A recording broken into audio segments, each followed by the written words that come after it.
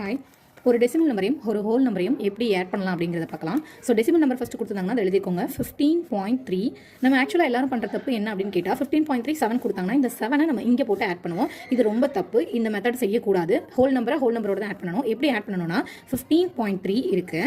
இந்த 7 அப்படிங்கிறது உங்களுக்கு ஹோல் நம்பர். ஸோ இந்த 15.3ல ஹோல் நம்பர் அப்படிங்கிறது 15. ஸோ இந்த சைடு தான் உங்களுடைய 7 போடணும்.